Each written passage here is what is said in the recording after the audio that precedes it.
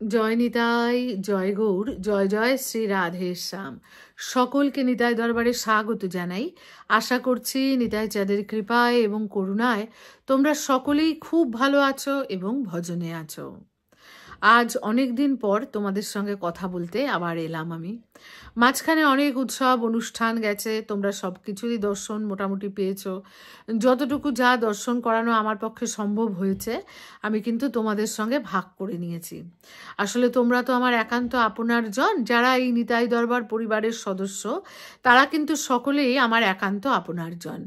তাই জন্য আমি চেষ্টা করি যে যা আমি দর্শন করছি, যতটুকু আমার দ্বারা সম্ভব হচ্ছে আমি সেটা তোমাদের সঙ্গে যেন ভাগ করে নিতে পারি, এবং সেই উদ্দেশ্যেই কিন্তু আমার এই নিতাই দরবার চ্যানেলটি তৈরি করা, যে সমস্ত কিছু আমার প্রিয়জনদের সঙ্গে আমি ভাগ করে নেব। যেহেতু তোমরা প্রিয়জন, তাই আজ তোমাদের সঙ্গে একটি বিশেষ বিষয়ে আলোচনা করতেই এলাম। আমরা সকলে মিলে ভজন পথে, আলোর পথে এগোবো। আমরা সকলে মিলে মহাপ্রভুর চরণ দর্শনের লক্ষ্যে এগোবো, যুগল সেবার লক্ষ্যে এগোবো।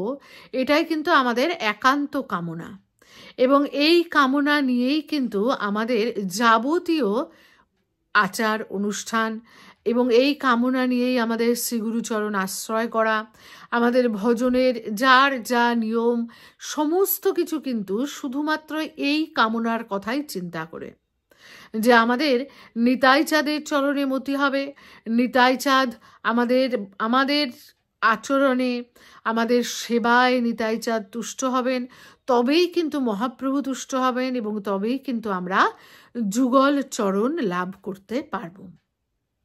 এবার এই যে ভজন পথ, এই যে আমাদের সেবার পথ, এখানে চলতে গিয়ে অনেক সময় কিন্তু আমাদের এই রকম অভিজ্ঞতা হয় যে ভজনে যেন ঠিক মন বসছে না। আগে যেরকম ভজনে মন বসতো, আগে যেরকম ভজন করে আনন্দ পেতাম, হঠাৎ করে কি যে হলো কিছুতেই কিন্তু সেই আনন্দটা আর পাচ্ছি না। মনে হচ্ছে যেন ভজনটা কোথাও গিয়ে বন্ধ হয়ে গেছে, কোথাও গিয়ে একটা আটকে গেছে। নাম তো করছি, মালার মতো ঘুরছে, সংখ্যা পূরণ হচ্ছে, কিন্তু মালা করে যে আনন্দটা পেতাম সেই আনন্দটা যেন কোথাও পাচ্ছি না। আর যে আনন্দের কথা সাধুগুরু বৈষ্ণবরা বলেছেন সেই আনন্দের তো কোনো অনুভূতি আমার দ্বারা হচ্ছে না। তাহলে কি হবে? আমার কি হবে না কখনো? আজ এই প্রসঙ্গটা নিয়েই চলো একটুখানি আমরা আলোচনা করে দেখি। এই অভিজ্ঞতা কিন্তু আমাদের সকলেরই কম বেশি কখনো না কখনো অবশ্যই হয়েছে। এবার এর পেছনে কারণ কি?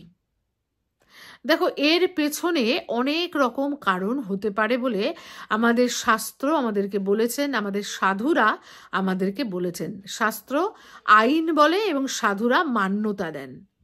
তো সেই জন্য এর কি কি কারণ মূলত আমরা দেখতে পাই। দেখো, অনেক সময় হয় কি, ভজন করতে করতে বা সেবা করতে করতে, মালায় নাম করতে করতে অনেক সময় আমাদের মধ্যে একটা অহংবোধ চলে আসে। মানুষের মন তো সর্বদাই মায়ার দ্বারা আক্রান্ত। মায়া তো সবসময় ছিদ্র খোঁজে যে কোন দিক দিয়ে ঢোকা যাবে। তা সেই জন্য অনেক সময় না সাধকের মনে, এই আমার মতো সাধকদের মনে, আমার মতো কলিযুগের জীবদের মনে অনেক সময়ই একটা অহংবোধ চলে আসে। আমি তো খুব সেবার পরিপাটি করি।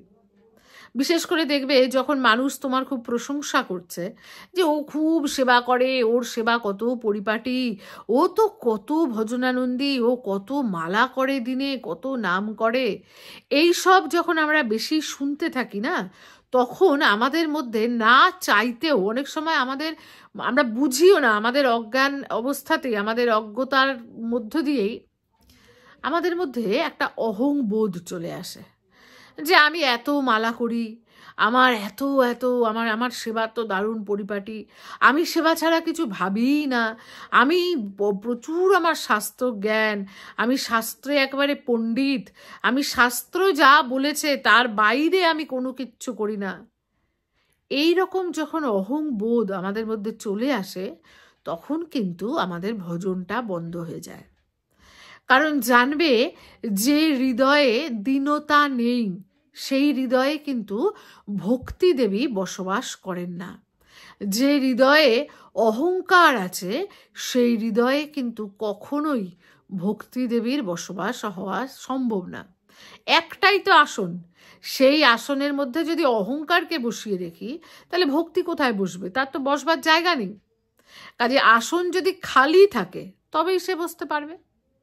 তা আমি তো আসনের মধ্যে অহংকার বসিয়ে রেখেছি, তাহলে আমার হৃদয়ে কি করে ভক্তি আসবে? আর যদি ভক্তি না আসে তাহলে তো আমি যতই ভজন করি, যতই আমার শাস্ত্রজ্ঞান থাক, যত যাই আমি জানি না কেন, সেগুলো কিন্তু নিষ্ফল হবে। ভক্তিহীন লোকের সমস্ত কর্ম কিন্তু নিষ্ফল হয়ে যাবে। তাই জন্য মালা যতই করি, সেবা যতই করি, আনন্দ পাই না। এটা হচ্ছে একটা অন্যতম কারণ। দেখো, পাপ করছি, সেই পাপের ফল আমাকে ভুগতে হবে, কিন্তু পাপের একটা ভালো জিনিস কি বলতো? পাপে কিন্তু কোনো অহংকার আসে না। কেন? কারণ যে পাপ করছে তার মধ্যেও তো বিবেক রূপে পরমাত্মা আছেন। তিনি কিন্তু সর্বদা এটা জানান দেন যে তুমি যেটা করছো সেটা সঠিক নয়, তুমি যেটা করছো সেটা সঠিক নয়। কাজেই সেইখানে কিন্তু ভয় থাকে, এই জন্য লুকিয়ে বেড়ানো, ভয় থাকে। কাজেই সেই অহংকার কিন্তু সেখানে আসে না, তাই প্রায়শ্চিত্ত করার সুযোগ থাকে। কিন্তু যদি পুণ্যের অহংকার চলে আসে যে আমি সর্বদা সত্য কথা বলি, গুরুচরণে না, গুরু আমাকে দারুণ ভালোবাসেন, গুরুচরণে তো আমার সর্বদা রতিমতি, আমি তো ভীষণ ভজন করি, আমি প্রত্যেক দিন 1,00,000 নাম করি, আমি প্রতিদিন 108 তুলসী দেই গিরিধারীকে, আমার সেবার দারুণ পরিপাটি, আমি সব শাস্ত্রসম্মত করি, শাস্ত্র আমার কণ্ঠস্থ। এখানে কিন্তু বোঝা যায় না, এখানে কিন্তু বোঝা যায় না, কিন্তু অনর্থ প্রবেশ করে, অহংকার রূপ অনর্থ প্রবেশ করে আমার সম্পূর্ণ ভজনটা নষ্ট করে দেয়। একটা বিরাট বাড়িতে যদি উই ধরে, তাহলে যেমন অনেক দিন পর্যন্ত কিন্তু বাইরের খোসাটা একই রকম থাকে, তাই জন্য বোঝা যায় না যে উই ধরেছে, কিন্তু একদিন পুরো বিল্ডিংটাই ধসে যায়। আরেকটা কারণ কি বলতো? আরেকটা কারণ হচ্ছে নাম অপরাধ। নাম করতে গিয়ে আমরা অনেক সময় অনেক অপরাধ করে ফেলি, অজান্তে করি, জ্ঞানত করি, অজ্ঞানত করি, কিন্তু করে ফেলি। যেমন ধরো, মালা করছি কিন্তু ভাবছি অন্য কথা, যে কতক্ষণে আমার এই মালাটা শেষ হবে, আমার সংখ্যাটা পূরণ হবে, তবে আমি যাব, আমার রান্না করতে হবে, আমার বন্ধুরা বাইরে অপেক্ষা করছে, সেখানে যেতে হবে, টিভিতে নিউজ দেখার সময়টা হয়ে গেল, সিরিয়ালটা হয়ে যাচ্ছে, আমি তাড়াতাড়ি করি, অমুকে এসেছে বাড়িতে, সে চলে যাবে, আমার কথা বলা হবে না, আমার সংখ্যাটা পূরণ না হলে তো আমি করতে পারছি না। এগুলো কিন্তু অপরাধের মধ্যে পড়ে। এই রকম হলে আমার কিন্তু নামে কোনো অনুভূতি আসবে না, নাম ভগবান কিন্তু আমাকে কৃপা করবেন না সেক্ষেত্রে। এই সব কিছুর মধ্যে সবচাইতে বড় অপরাধ কি জানো? সবচেয়ে বড় অপরাধ হলো বৈষ্ণব অপরাধ বা কোনো মহতের চরণে অপরাধ। আমার আচার ব্যবহারে যদি কোনো বৈষ্ণব বা কোনো মহাত্মা দুঃখ পেয়ে থাকেন, তাহলে কিন্তু আমার ভজন বন্ধ হয়ে যাবে। এই প্রসঙ্গে একটা সুন্দর ঘটনার কথা বলি তোমাদের, তোমরা অনেকেই জানো, তবু যারা জানে না তারা একবার শুনবে, আর আমরা যারা জানি তাদের কি হয়, এই জানা ঘটনাগুলোই বারবার যদি আমরা আলোচনা করি তাহলে আমরা কিন্তু সাবধান হতে পারবো। তাই চলো একটা সুন্দর ঘটনার কথা তোমাদের বলি। আমাদের স্বরগোস্বামীর অন্যতম আমাদের আচার্য রূপ গোস্বামীপাদ একদিন তার ভজন কুটিরে বসে ভজন করছেন, রাধাকুণ্ডের তীরে ভজন কুটিরে বসে আছেন। ছোট্ট একটা কুটিয়া, দীনতা, তাদের তো ত্যাগ বৈরাগ্য তিতিক্ষার তো কোনো মানে সীমা পরিসীমা নেই, একদম সেই রকম বিরক্ত জীবনযাপন, একটা ছোট্ট কুটিয়া, সেই কুটিয়ার মধ্যে বসে ভজন করছেন, জপ করছেন, এবং তার সঙ্গে সঙ্গে তিনি লীলা স্মরণ করছেন। আমরা তো যারা ভজন জগতে একটু আছি তারা প্রত্যেকেই জানি যে আমরা কিন্তু লীলা স্মরণ করি, লীলা স্মরণ করাটা আমাদের কিন্তু একটা ভজন অঙ্গ এবং সেটা করতে হয়। তো তিনিও সেরকম লীলা স্মরণ করছেন, যুগলের লীলা স্মরণ করছেন এবং সেই লীলাটা কিন্তু তিনি চোখের সামনে দেখতে পাচ্ছেন। কি লীলা দর্শন করছেন তিনি দেখছেন যে রাধারানী ফুল তুলছেন বিভিন্ন গাছ থেকে, খুব সুন্দর সুন্দর সমস্ত পুষ্প রাধারানী চয়ন করছেন। করতে করতে একটা গাছে এসেছেন, সেই গাছের একটা ডালে অনেক ফুল হয়ে আছে, কিন্তু রাধারানী সেই ডালটা কিছুতেই হাতে পাচ্ছেন না, নাগাল পাচ্ছেন না। সেই ডালটা যে ধরবেন, এক হাতে ডালটা ধরবেন, আরেক হাতে পুষ্প চয়ন করবেন, কিন্তু ডালটা তিনি কিছুতেই নাগাল পাচ্ছেন না। তিনি ছোট ছোট করে লাফ দিচ্ছেন ডালটা ধরবার জন্য, কিন্তু কিছুতেই তিনি নাগাল পাচ্ছেন না। সখীরা আছে আশেপাশে, আর শ্যাম একটু দূরে দাঁড়িয়ে এই রঙ্গ দেখছেন যে রাধারানী লাফ দিচ্ছেন, ডাল নাগাল পাচ্ছেন না। এই রঙ্গ দেখছেন এবং হাসছেন। তো সখীরা গিয়ে বলছে, তুমি এখানে দূরে দাঁড়িয়ে হাসছো কেন? একটু যাও, তুমি একটু সাহায্য করো, ফুল তুলতে একটু সাহায্য করো আমাদের রাধারানীকে, প্রিয়াজিকে একটু সাহায্য করো। তো শ্যাম এগিয়ে এলেন, এগিয়ে এসে ডালটা একটু নিচু করে ধরলেন, ডালটা টেনে একটু নিচু করে দিলেন যাতে রাধারানী নাগাল পান।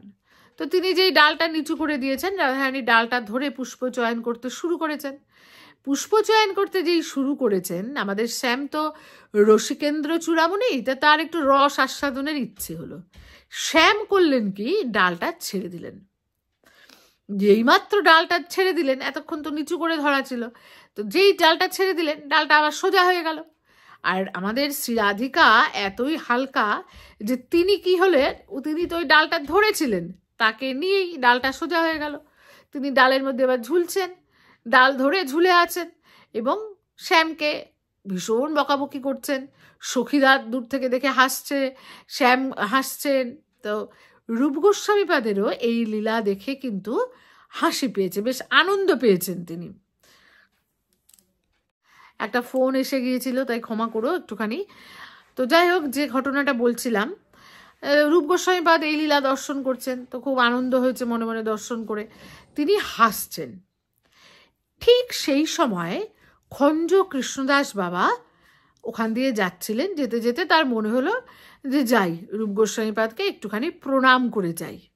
এই কথা মনে করে তিনি রূপ গোস্বামীপাদের ভজন কুটিরে সবেমাত্র ঢুকেছেন এবং ঢুকেই দেখছেন যে রূপ গোস্বামীপাদ তার দিকে তাকিয়ে হাসছেন।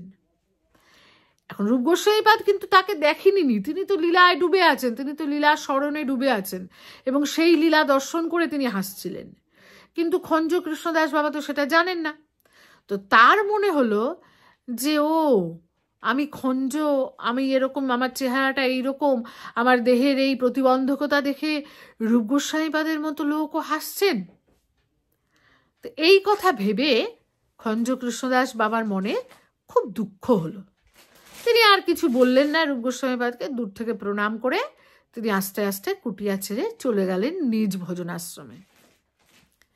এদিকে যেই মাত্র খঞ্জদাস বাবার মনে এইরকম দুঃখ হলো, সঙ্গে সঙ্গে রূপ গোস্বামীপাদের স্মরণটা বন্ধ হয়ে গেল। আর কিছুতেই তিনি কিন্তু লীলা দর্শন করতে পারলেন না। এবার সেদিন, শুধু যে সেদিন লীলা দর্শন করতে পারছেন না তা কিন্তু নয়, বারবার চেষ্টা করছেন, কোনোভাবেই তার স্মরণ হচ্ছে না, কোনো কিছুই স্মরণ হচ্ছে না, কোনো লীলা দর্শন করতে পারছেন না। এবার সাধকের কি পরিস্থিতি হয় এতে, তারও সেই রকম অবস্থা। জল থেকে মাছকে ডাঙায় তুললে মাছ যেমন ছটফট করবে, রূপ গোস্বামীপাদও সেরকম ছটফট করছেন, কিন্তু বুঝে উঠতে পারছেন না যে কেন এই রকম হলো। তো সেই সময় একদিন হঠাৎ সনাতন গোস্বামীপাদ এলেন রূপ গোস্বামীপাদের সঙ্গে দেখা করতে। তো দেখা করতে তিনি এসেছেন, জিজ্ঞাসা করলেন, বলো তোমার কেমন চলছে ভজন। তো রূপ গোস্বামীপাদ তাকে সব কিছু জানালেন যে এইভাবে এইভাবে এরকম দর্শন হচ্ছিল, হঠাৎ দর্শন বন্ধ হয়ে গেল এবং তারপর থেকে আর কোনোভাবেই আমি স্মরণ করতে পারছি না, আমার কোনো লীলা দর্শন হচ্ছে না, আপনি আমাকে পথ দেখান, আমি কারণও বুঝতে পারছি না যে কি হয়েছে। তো সনাতন গোস্বামীপাদ সব শুনলেন, শুনে রূপ গোস্বামীপাদকে বললেন যে নিশ্চয়ই কোনো সাধু মহাত্মার চরণে, কোনো মহতের চরণে অপরাধ হয়ে গেছে। তুমি এখন সেই মহতের চরণে অপরাধ হলে, যার চরণে অপরাধ হয়েছে তার কাছে ক্ষমা চাইতে হবে। তিনি যদি ক্ষমা করেন তাহলেই আবার ভজন শুরু হবে। রূপ গোস্বামীপাদ বলছেন আমি তো জানি না, কারণ আমি তো কাউকেই দেখিনি, কারোর সঙ্গেই আমি জ্ঞানত খারাপ ব্যবহার করিনি, কাজে আমি তো জানি না যে কার চরণে অপরাধ হয়েছে, কে দুঃখ পেয়েছেন, আমি তাহলে কি করে বুঝবো? তখন সনাতন গোস্বামীপাদ একটা বুদ্ধি বললেন, উপায় বললেন। বললেন তুমি একটা সাধু ভাণ্ডারার আয়োজন করো, এখানে যত সাধু মহাত্মা আছেন সবাইকে নিমন্ত্রণ পাঠাও, দেখবে যে মনে দুঃখ পেয়েছে সে আসবে না। তাহলে যে আসবে না বুঝবে তিনি কোনো কারণে তোমার উপর রুষ্ট হয়েছেন, তার কাছে গিয়ে ক্ষমা চাইবে।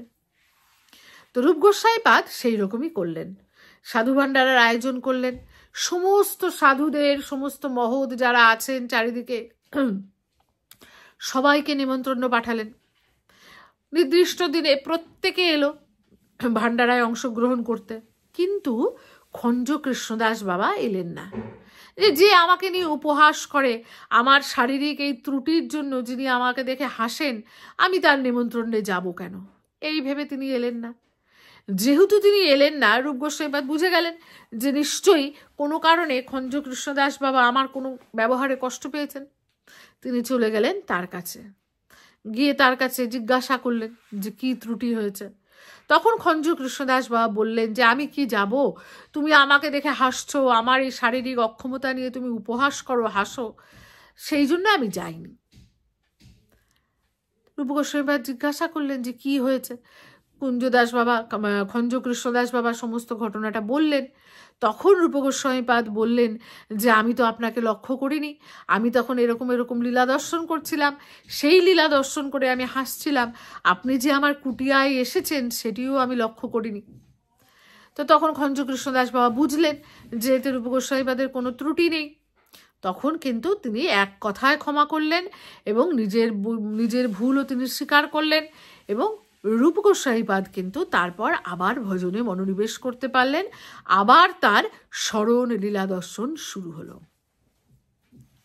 এখন প্রশ্ন হচ্ছে, রূপ গোস্বামীপাদ তো পার্ষদ, ভগবানের পার্ষদ, গৌড়ের পার্ষদ মানে দাপরের তিনি গোপিনী, মঞ্জরী, রূপমঞ্জরী, তাহলে তার কেন এরকম হলো না? তিনি এই ঘটনাটির দ্বারা জগৎবাসীকে এই শিক্ষা দিলেন যে তুমি যত বড় ভজনানন্দী হও, তুমি যত ভজন করো, যত তোমার ত্যাগ বৈরাগ্য যাই থাকুক, যদি কোনো মহতের চরণে অপরাধ হয়, জ্ঞানতই হোক বা অজ্ঞানতই হোক, ইচ্ছায় হোক বা অনিচ্ছায় হোক, তোমার কিন্তু ভজন বন্ধ হয়ে যাবে।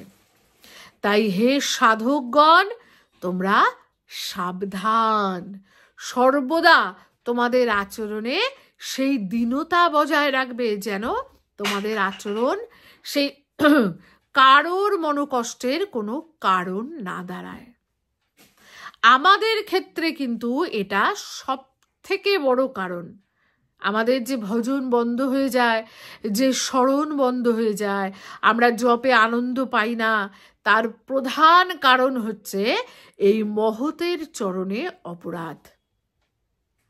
অজ্ঞানত তো অপরাধ হয়, আমরা জানি না, হঠাৎ আমাদের আচরণে যদি কেউ দুঃখ পায়, এই যে যেমন রূপ গোস্বামীর অজান্তেই তো দুঃখ পেয়েছিলেন খঞ্জ কৃষ্ণদাস বাবা। এবার এই অজ্ঞানত যদি কেউ দুঃখ পেয়ে যান, সেক্ষেত্রে হয়তো আমরা নিজেদেরকে বাঁচাতে পারি না, কিন্তু জ্ঞানও তো আমরা চেষ্টা করব যে আমাদের আচার আচরণ যেন কোনো মহতের মনোকষ্টের কারণ না হয়। প্রাচীন বৈষ্ণবীয় ধারা, প্রাচীন গৌড়ীয় বৈষ্ণবীয় ধারায় যারা ভজন করেন, যারা শ্রীধাম বৃন্দাবনে আছেন প্রাচীন গৌড়ীয় ধারায় ভজন করেন, যারা শ্রীধাম নবদ্বীপে আছেন প্রাচীন প্রাচীন বৈষ্ণবীয় ধারায় তারা ভজন করেন, তারা কিন্তু সর্বদাই নিজের আচরণ সম্পর্কে এই কারণে সচেতন থাকেন যে কোনোভাবেই যেন তাদের আচরণ কাউকে আঘাত না দেয়। দেখো, এখন এখানে প্রশ্ন হতে পারে আমি বৈষ্ণব চিনব কি করে, আমি মহৎ কিনা চিনব কি করে? চেনার কোনো উপায় নেই। শাস্ত্র বলছে যিনি কৃষ্ণ নাম একবারও করেন তিনিই বৈষ্ণব।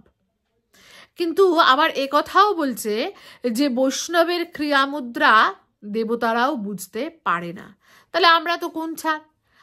আমাদের তো সেই যোগ্যতাই নেই যে আমরা চিনব যে কে কোনজন বৈষ্ণব, কোনজন উচ্চকোটির সাধক, কোনজন নিম্নকোটির সাধক, কে মহৎ নয়, এসব কিছু কিন্তু বোঝার ক্ষমতা আমাদের নেই। যেখানে শাস্ত্র বলছেন, বড় বড় শাস্ত্রবিদরা বলছেন, সেখানে আমরা তো একেবারে ধূলিকণারও অধম। কাজে সেটা বোঝার ক্ষমতা তো আমাদের নেই। কে কোন স্তরে, কোন সাধক কোন স্তরে আছেন, কিভাবে তারা ভজন করেন, সেটা কিন্তু আমাদের পক্ষে বোঝা কখনোই সম্ভব নয়। তাই আমাদের আচরণ কেমন হবে? আমাদের আচরণ হবে প্রত্যেকের প্রতি একদম সম্মানপূর্ণ আচরণ হবে। মহাপ্রভু কিন্তু এমনি শিক্ষা দিলেন না যে আমরা কি করব, অমানিকেও মান দেব। আপাত দৃষ্টিতে যে দেখে যাকে মনে হচ্ছে যে হয়তো সে সম্মান পাওয়ার যোগ্য নয়, প্রকৃত বৈষ্ণব, প্রকৃত সাধক তাকেও কিন্তু সম্মান দেবেন। বৈষ্ণবের মূল লক্ষণ কি? দীনতা। বৈষ্ণবের হৃদয়ে যদি দীনতা না থাকে তাহলে কিন্তু তাকে বৈষ্ণব বলা যাবে না। দীনতা না থাকলে তার হৃদয়ে ভক্তি দেবীও বসবাস করবে না। অতএব আমাদের কিন্তু সর্বদা মহাপ্রভুর এই শিক্ষা মাথায় রাখতে হবে। আমরা কিন্তু এখন এই বিষয়ে ভীষণ ভুল করি। আমরা ভাবি আমরা যতটুকু জানি সেটুকুই শেষ জানা, তার বাইরে আর কোনো কিছু থাকতে পারে না। আমি যেভাবে ভজন করি সেটিই সর্বশ্রেষ্ঠ ভজন, সেটিই সর্বশ্রেষ্ঠ রাস্তা, তাছাড়া অন্য কোনো পথও নেই। আর যারা অন্য কোনো পথে ভজন করে তারা একেবারে নিকৃষ্ট। জানি না, চিনি না, শুনি না, তাদের সম্পর্কেও মন্তব্য করতে, নিন্দা সমালোচনা করতে আমরা কিন্তু দুবার চিন্তা করি না। এবং এটা কিন্তু জানবে যে এটা কিন্তু বিরাট বড় অপরাধ। প্রেম ভক্তি চন্দ্রিকায় সরকার ঠাকুর বললেন না যে এই অপরাধ যদি ওঠে হাতির মতো, মাতা হাতির মতো, মত্ত হস্তির মতো, তাহলে কিন্তু সেই অপরাধ ভক্তিলতাকে সম্পূর্ণ সমূলে উৎপাটিত করেন। আর কোনো গাছ যদি মূল শুদ্ধ উপড়ে যায়, তারপর তুমি যতই জল ঢালো আর যতই সার দাও, সেই গাছ ক্রমে ক্রমে শুকিয়ে যাবে, ফুলও হবে না, ফলও হবে না। তাই খুব সাবধান। এবং যাদের মধ্যে দেখবে এই রকম আচরণ আছে, তা একটা জিনিস মনে রাখবে, দীনতা ছাড়া, ভক্তি ছাড়া যে জ্ঞান সর্বোচ্ছিষ্ট দুগ্ধের মতো পরিত্যাজ্য, সেই জ্ঞানের কিন্তু কোনো মূল্য নেই। সেই জ্ঞানের কোনো মূল্য নেই। দুধ যতই দামি হোক, সাপ মুখ দিলে যেমন সেটা আর কোনো কাজে লাগে না, ফেলে দিতে হয়, এই জ্ঞান বা এই জ্ঞানীদেরও কিন্তু সর্বোচ্ছিষ্ট দুগ্ধের মতোই পরিত্যাজ্য। যার হৃদয়ে দীনতা নেই, যে অপরকে সম্মান করতে জানে না, যে আচরণ জানে না, যে মানিকে মান দিতে জানে না, যে অমানিকে মান দিতে জানে না, তার সঙ্গ সর্বদা পরিত্যাজ্য। হতে পারে সে প্রচুর শাস্ত্রবিদ, হতে পারে সে প্রচুর পড়াশুনো করে, কিন্তু তার জ্ঞান, তার পড়াশুনো কোনোটাই কিন্তু কোনো কাজে লাগবে না। সন্দেশ কত কেজি ছানা দিয়ে তৈরি, কত কেজি চিনি দিয়ে তৈরি, ঘন্টা ধরে কত ডিগ্রি উষ্ণতায় তাকে পাক দিতে হবে, এসব জেনে কিন্তু আমাদের কোনো লাভ নেই। আমাদের লাভ শুধু সন্দেশ খাওয়াতে। সন্দেশ খেতে পারলে তবেই তার মিষ্ট স্বাদ আমরা অনুভব করতে পারব। কাজে আমাদের শুধুমাত্র ভক্তি ছাড়া আর কিচ্ছু চাওয়ার নেই। তাই সর্বদা খেয়াল রাখতে হবে যে আমার আচরণ, আমার ব্যবহার যেন কোনো মহতের দুঃখের কারণ না হয়, কোনো মানুষের দুঃখের কারণ না হয়, কারো চরণে যেন আমার অপরাধ না হয়। যদি দেখি যে আমার এই রকম কোনো কিছু হয়েছে, আমি কারো চরণে অপরাধ করেছি, যদি জানি যে কার চরণে অপরাধ করেছি, তাহলে সরাসরি তার কাছে ক্ষমা চাইতে হবে। তিনি যদি ক্ষমা করেন তাহলেই আমার ভজন আবার শুরু হবে। আর যদি অজ্ঞানতাবশত আমি জানি না যে আমার আচরণে কেউ দুঃখ পেয়েছে কিনা, কষ্ট পেয়েছে কিনা, কিন্তু আমি দেখতে পাচ্ছি যে আমার ভজন বন্ধ হয়ে গেছে, আমি ভজনে সেই রকম আনন্দ পাই না, তখন কি করব? তখন শ্রী ভগবানের কাছে প্রার্থনা করব, শ্রী গুরুদেবের কাছে প্রার্থনা করব যে আমার অজ্ঞানতাবশত যদি কারো চরণে কোনো অপরাধ হয়ে থাকে, আমি তো বুঝতে পারছি না কার চরণে হয়েছে, আমাকে যেন তারা প্রত্যেকে এবং আপনিও ক্ষমা করবেন। কিন্তু যদি জানা থাকে যে আমি কারোর সঙ্গে খারাপ ব্যবহার করেছি, তাহলে কিন্তু অতি অবশ্যই তার কাছেই ক্ষমা চাইতে হবে। তিনি ক্ষমা করলে তবেই কিন্তু তোমার ভজন শুরু হবে আবার। ভজন বন্ধ হয়ে যাওয়ার নানা কারণের মধ্যে এটা কিন্তু একটা বিরাট বড় কারণ, বিরাট বড় কারণ। এই অপরাধ যদি একবার হয়, কোনোভাবেই ভজন সম্ভব হবে না। তাই চলো আমরা সকলে সাবধান থাকি, আমাদের আচার আচরণ নিয়ে সর্বদা চেষ্টা করব যেন কেউ আমাদের আচার আচরণে দুঃখ কষ্ট না পায়। আমাদের ভেতরে যে জ্ঞান আছে সেই জ্ঞান যেন আমাদের ভক্তির আলো জ্বালায়, আর তা না হলে সেই জ্ঞানের উপর যেন বজ্রপাত হয়। যে জ্ঞান আমাকে অহংকার দেবে সেই জ্ঞানের উপর যেন আমার বজ্রপাত হয়, আমার হৃদয়ে যেন ভক্তি দেবী বাস করেন। এই প্রার্থনা আমরা যুগলচরণে করব, নিতাই গৌরের কাছে প্রার্থনা করব যেন সর্বদা তাদের চরণ কমল আমাদের হৃদয়ে ধারণ করে রাখতে পারি। সবাই ভালো থেকো, কমেন্ট করে জানিও যে তোমাদের কেমন লাগলো আজকের আলোচনা। যারা নতুন দেখছো তারা অবশ্যই নিতাই দরবার চ্যানেলটা সাবস্ক্রাইব করে নিও। জয় নিতাই, জয় গৌর, জয় জয় শ্রী রাধেশ্যাম।